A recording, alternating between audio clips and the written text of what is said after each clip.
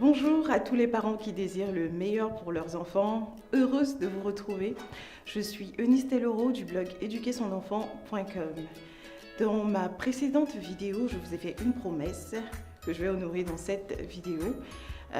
Parlant de sexualité, nous sommes effectivement dans notre série sur l'éducation sexuelle des enfants. Et dans cette vidéo, je vais tenter de répondre à la question « Que dire exactement à nos enfants en fonction de leur âge ?» Parler de sexualité est quelque chose d'embarrassant.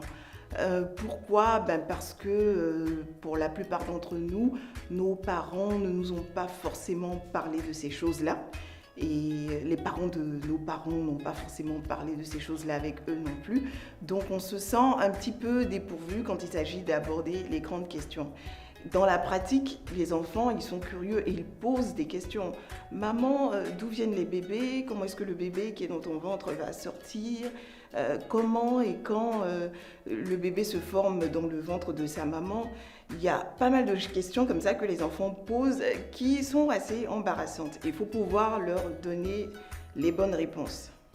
Et quand les enfants posent ce genre de questions, franchement, les réponses du type « c'est la cigogne qui apporte le bébé » ou c'est la réponse qu'on m'avait donnée quand j'étais petite. La nuit, quand la maman dort, Dieu vient et il met le bébé dans le ventre de la maman. Bon, en tant que maman, je sais qu'aujourd'hui, c'est pas une réponse qui sera satisfaisante pour un enfant. Donc cela m'a poussée à faire des recherches sur le sujet parce que je ne me sentais pas assez outillée pour parler de cette question-là avec mes enfants. J'ai fait quand même des recherches là-dessus et je suis arrivée à découvrir des choses quand même intéressantes. Et même si aujourd'hui je n'ai pas forcément la réponse à toutes les questions, je me sens plus à l'aise pour aborder la question. Dans la pratique, je ne vous promets pas qu'à la fin de cette vidéo, parler de sexualité avec vos enfants sera quelque chose d'aisé, mais au moins vous serez plus outillés pour le faire. Et le grand bénéfice que vous allez tirer, c'est d'avoir ce sentiment intérieur de travail accompli.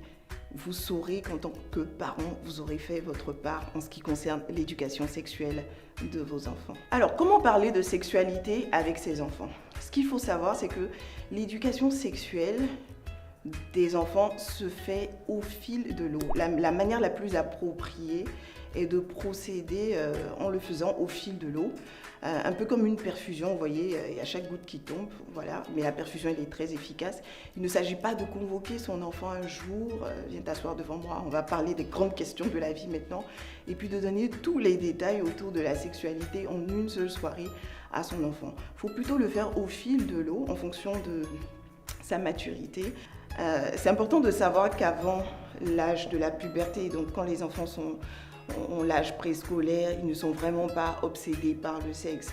Et toutes les questions qu'ils posent sont vraiment dénuées d'arrière-pensée. Quand un enfant demande comment le bébé vient dans le ventre de sa maman, c'est des questions qui sont vraiment dénuées d'arrière-pensée. Le challenge en réalisant l'éducation sexuelle de nos enfants est de leur donner une image saine de la chose.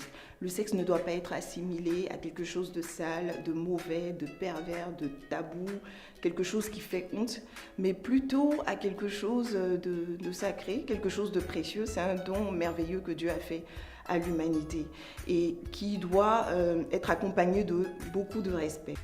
Et nous devons faire comprendre à nos enfants que le sexe est quelque chose de merveilleux pourvu qu'il soit pratiqué dans le bon cadre. C'est très important, dans le bon cadre. Hors de ce cadre, le sexe peut être quelque chose de dangereux. Nous devons donc leur donner des informations qui sont vraies. Il faut éviter de mentir à son enfant. Des informations qui sont précises. Des informations qui sont concises aussi. On n'a pas besoin de donner plein de détails suite à une toute petite question.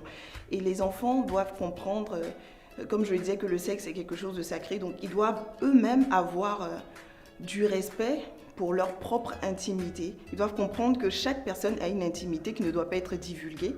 Ils doivent donc respecter cette intimité-là, respecter l'intimité des autres et faire en sorte que les autres aussi respectent leur propre intimité. En tant que parent, une chose est certaine, c'est que tôt ou tard, votre fils ou votre fille décidera du moment, du lieu et de la personne avec qui il ou elle voudra avoir des relations sexuelles. Et si vous voulez que ce choix se fasse de manière avisée et responsable, il est de votre devoir de lui donner la bonne information, la bonne éducation et surtout de lui transmettre des valeurs. Comment? De manière pratique. L'approche que je vous propose, enfin que je trouve vraiment bien, c'est de donner les informations de manière décontractée et d'une façon graduelle à vos enfants. Quand ils sont en âge préscolaire, c'est-à-dire quand ils ont vers 3 ans, les informations que vous allez donner vont être autour de leur anatomie, doivent être capables de nommer les différentes parties de leur corps, comprendre de manière générale, globale, l'origine des bébés. Et avant que vos enfants n'atteignent l'âge de la puberté, il va falloir leur dire de manière explicite comment se passe la reproduction. Parler de ces choses avec son enfant peut être embarrassant, mais il faut que vous puissiez arriver à le faire de la manière la plus décontractée et naturelle possible, pour ne pas donner une image bizarre du sexe à vos enfants. Donc à 3 ans, qu'est-ce qu'il faut dire à son enfant? Vous pouvez faire ce test. Appelez votre enfant qui a 3 ans ou à 4 ans et demandez, citez des noms, demandez est-ce que c'est une fille ou c'est un garçon? Est-ce que c'est un homme ou c'est une femme? Votre enfant va pouvoir faire la distinction entre les deux sexes. Et puis après, vous pouvez demander à votre enfant, mais qu'est-ce qui te fait dire que c'est une fille ou que c'est un garçon? Comment est-ce qu'on reconnaît les filles? Comment on fait la différence entre les filles et les garçons? Franchement, il serait très surprenant qu'à cet âge-là, votre enfant vous réponde ils ont des sexes différents parce que les filles n'ont pas de pénis et les garçons, non, pas du tout.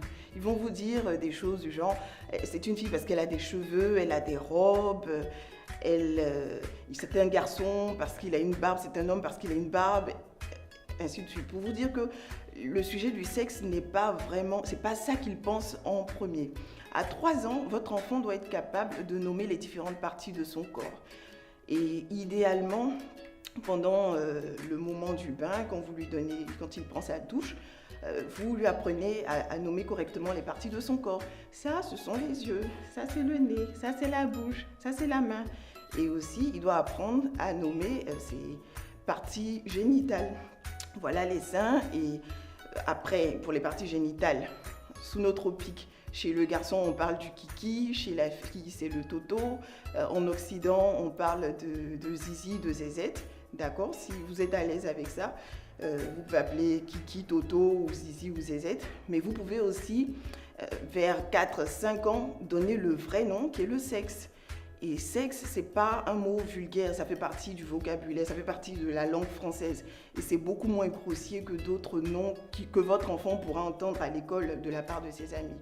Donc, quand votre enfant a 4, 5, 6 ans, vous pouvez apprendre à votre enfant le bon nom de ces organes-là, dire à vos enfants que les garçons ont un pénis et des testicules, et puis que les filles n'en ont pas, mais les filles ont un petit sac dans leur ventre qui s'appelle l'utérus, qui est l'endroit qui est censé accueillir les bébés. Ce qu'il faut dire aussi à son enfant entre 3, 5, 6 ans, c'est que les parties du corps couvertes par le maillot de bain sont des endroits secrets. Chez le petit garçon, c'est quoi? C'est son appareil génital, ses fesses. Et puis chez la petite fille, pareil, plus la poitrine. Et que ces endroits sont privés. Votre enfant n'a pas à exhiber ces parties de son corps-là. Il n'a pas à les montrer à des étrangers. Et que si quelqu'un s'approche de lui et que cette personne veut regarder, il doit dire non. Votre enfant doit dire non et ne pas accepter. Et vous devez dire à votre enfant aussi qu'il ne doit pas chercher à regarder ces parties sur le corps d'autres enfants, parce que ce sont des endroits secrets. Mais il faut saisir les occasions. Je ne demande pas de convoquer votre enfant. Viens ici, je vais te parler d'un sujet très important. Est-ce que tu sais que... Non, vous pouvez profiter de l'endroit du moment du bain pendant que vous le lavez.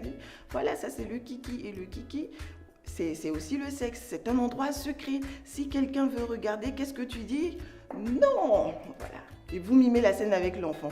Ça, c'est une information qui peut protéger vos enfants des abus sexuels. Si vers cet âge-là, je précise bien, entre 3, 5 ans, peut-être même vers 6 ans, un jour vous surprenez vos enfants en train de jouer au docteur, c'est-à-dire en train de s'inspecter les parties génitales ou en train de jouer à papa et à maman, il ne faut surtout pas surréagir. Rappelez-vous, les enfants sont des êtres innocents. Ils n'ont pas toutes les arrière-pensées qu'un adulte peut avoir. Donc, il ne faut pas se mettre à se réagir. Mais c'est quoi ça? Mais vous êtes gâtés. Mais qui t'a appris ça? Non, il se pourrait que ce soit juste leur curiosité qui s'exprime. Il faut rappeler la règle. Je t'ai dit que cette partie soit privée et qu'il ne faut pas chercher à regarder les parties privées, les parties intimes des autres et que tu ne dois pas montrer les tiennes.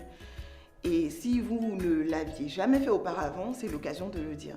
Il faut considérer ce fait-là comme un fait banal parce que si vous surréagissez, votre enfant ne va rien comprendre et cela ne va pas lui donner une image saine du sexe. Si votre enfant récidive dans ces jeux-là, il se pose plus un problème d'obéissance que d'un problème d'obsession sexuelle. C'est comme si vous lui disiez je ne veux pas que tu injuries les grandes personnes et que votre enfant récidive. Donc c'est plus un problème d'obéissance. Il ne faut pas vous offusquer outre mesure. Donc je précise bien, c'est entre 3 et 5, 6 ans par là. À 3 ans, si votre enfant vous demande d'où viennent les bébés, une réponse aussi simple que celle-ci. Les bébés grandissent dans un petit sac qui est dans le ventre de leur maman qui s'appelle l'utérus, devrait suffire. En général, quand vous donnez cette réponse à votre enfant, ça lui suffit. Quand votre enfant sera un peu plus grand, vers 6 ans, même 7 ans, surtout si vous êtes enceinte ou si vous voyez une autre femme enceinte, il se pourrait qu'il pose la question, mais comment est-ce que le bébé sort du ventre ? Et quand l'enfant pose cette question, une réponse comme les mamans ont un tunnel spécial, c'est un passage spécial, d'accord, qui va s'ouvrir juste au moment où le bébé doit sortir et qui va se refermer, prendre sa position initiale, devrait suffire. Et si votre enfant a 6 ans, 7 ans, vous pouvez même préciser que le nom de ce passage-là, c'est le vagin. Il ne faut pas être choqué par ce terme parce que ça fait partie du dictionnaire. Et même si vous ne l'employez pas en tant que parent souvent avec votre enfant, le fait que votre enfant ait déjà entendu ce mot vagin avec vous, ça va faire qu'il ne se sentira pas ignorant, il ne sera pas forcément très choqué ou très curieux, très pressé d'en savoir plus si ses amis viennent lui parler de sexualité de manière grossière. Si vous avez aimé cette vidéo et que vous pensez qu'elle peut faire du bien à un parent que vous connaissez, n'hésitez pas à la liker, à la partager et à vous abonner à ma page. À très bientôt!